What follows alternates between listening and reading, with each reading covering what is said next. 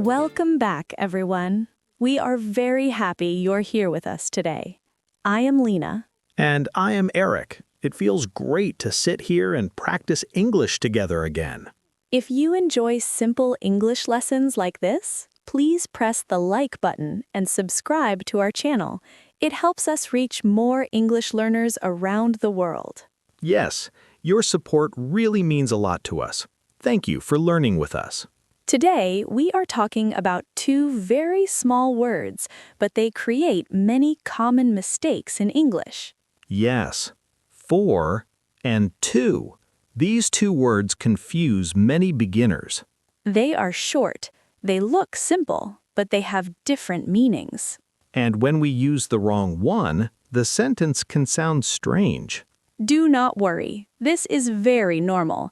Many learners make this mistake. Yes, and today we will make it clear and easy. When you said that example before, I went to the store, that word to shows movement. Yes, it shows direction. You move from one place to another place. Exactly. To often tells us where we are going. It shows the destination. So if I say, I am going to school, school is the destination. Correct. You move in the direction of school. What about, she drives to work every day? Is that the same idea? Yes, work is the destination. She moves toward that place. So to is very common with movement verbs like go, come, drive, walk. Exactly. We say, I walk to the park. I travel to London. I go to my friend's house. Can we say, I walk for the park? No, that sounds wrong, because for does not show direction like that. Ah, so to answers the question where. Yes, where are you going? To the office, to the market, to the hospital. That feels clear. To equals direction. There is one more important use. To is also used before a verb. You mean like, I want to learn English? Exactly. That is called the infinitive. You explained to with verbs very clearly. I want to learn. I need to go. That makes sense. Yes, to often comes before a verb, but now I am thinking about for. Good, because for is different. For usually shows reason or purpose. Purpose means why we do something, right?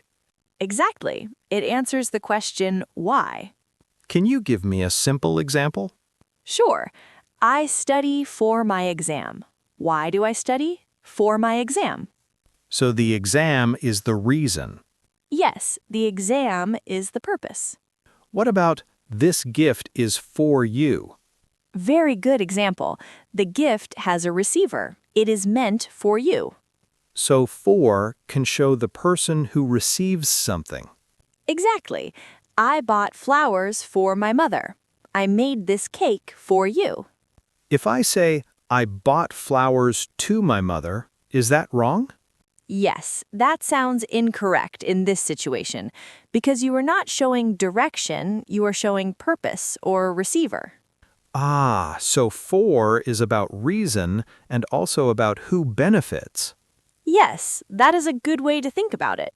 What about this sentence? I went to the store for milk. Perfect example.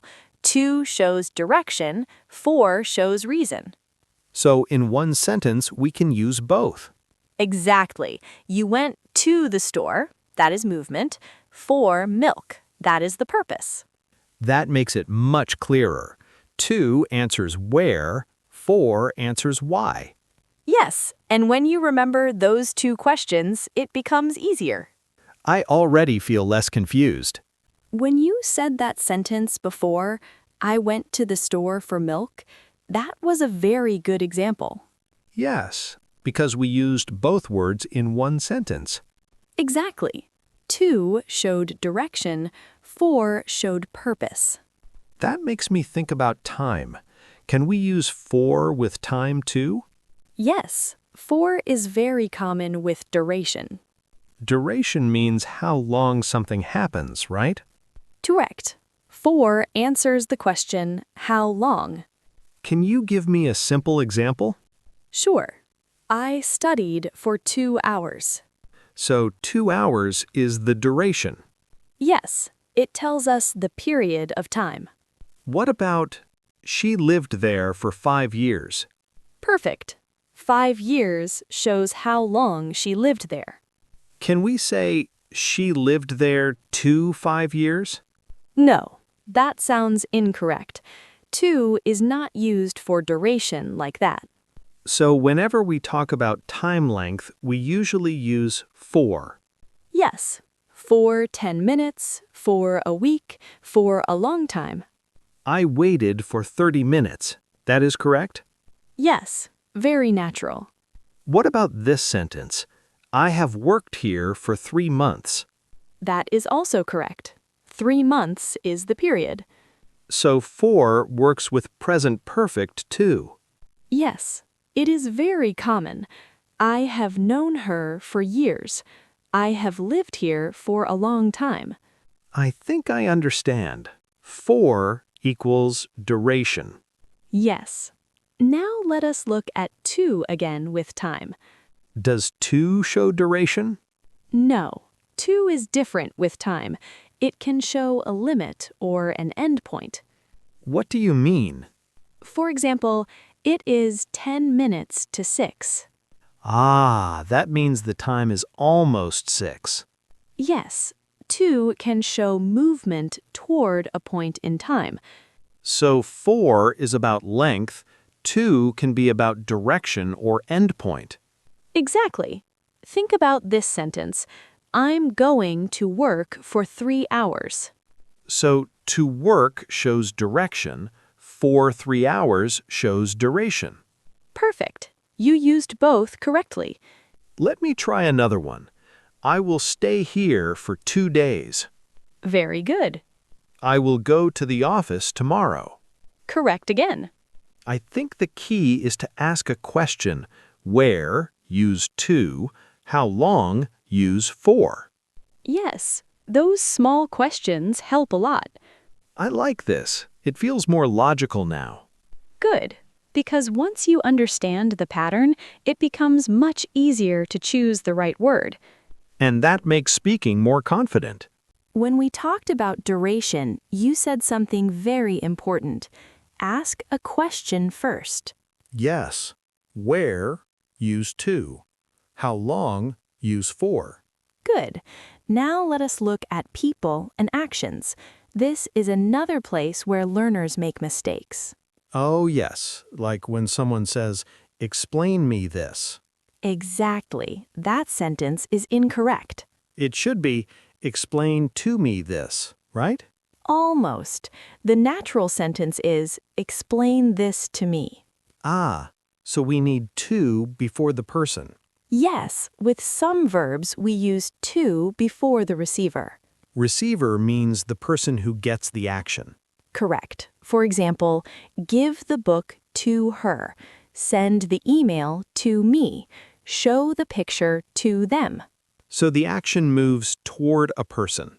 Exactly. It is like direction again, but this time the direction is toward a person. That is interesting. So to is not only about places, it can also be about people. Yes, very good observation. What about this sentence? I made this cake for you. That is correct. Here we use for. Why not to? Because you made the cake as a benefit. It is for me. It shows purpose or benefit. So for often shows who benefits from something. Yes, this letter is for you. I bought this gift for my friend. But we say, I gave the gift to my friend. Exactly. First, you buy it for someone, then you give it to someone. Oh, that is a very clear difference. Yes, let's compare 2 sentences. I bought a present for Anna. I sent the present to Anna. In the first sentence, Anna benefits. Correct. In the second, the present moves toward Anna. Exactly. That's the key idea. Can we use to with verbs like want? Yes, I want to help you. I need to study. I plan to travel. That to is before a verb, not before a person. Correct. That is the infinitive form. So we must be careful. Sometimes to is before a place, sometimes before a person, sometimes before a verb. Yes, but the idea is still similar. It shows direction or movement. Let me try a few examples. I cooked dinner for my family. Correct. I brought the food to my family. Correct again. I explained the problem to my teacher. Very good. I studied for my teacher. That depends. If you mean you studied because of your teacher, maybe, but usually we say, I studied for the test. Ah, so context is important too. Yes, always think about meaning first. Are you showing direction or are you showing reason or benefit? That question really helps. Good, because when you focus on meaning, the grammar becomes easier. I feel much more confident now about using for and to with people. When we started today, we said these two words are small. Yes, small words, but big confusion. Now, I think they feel much clearer. I agree. Let us review everything slowly. Good idea. Review helps memory. So first, to often shows direction. Yes, direction or movement. For example, I go to school. I drive to work. So we ask where, and the answer uses to. Exactly. To is also used before verbs. Correct. I want to learn. I need to study.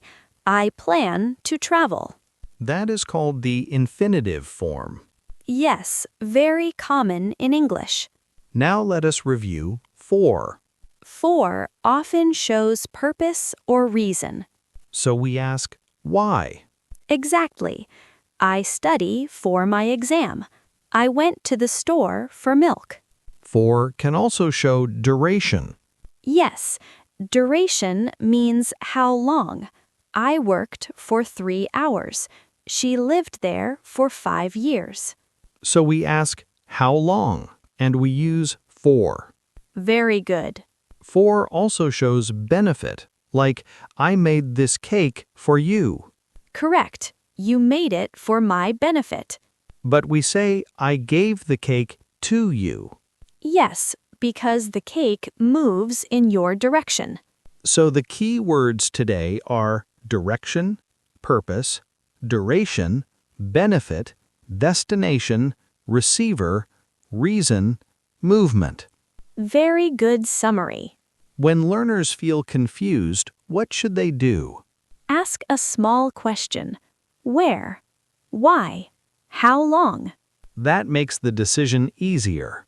Yes, grammar becomes easier when you focus on meaning. I remember when I first learned this, I mixed them many times. That is normal. Do not feel embarrassed. Practice is important. Yes, try to make 3 sentences today. 1 with to for direction, 1 with for purpose, and 1 with for duration. That is a simple challenge.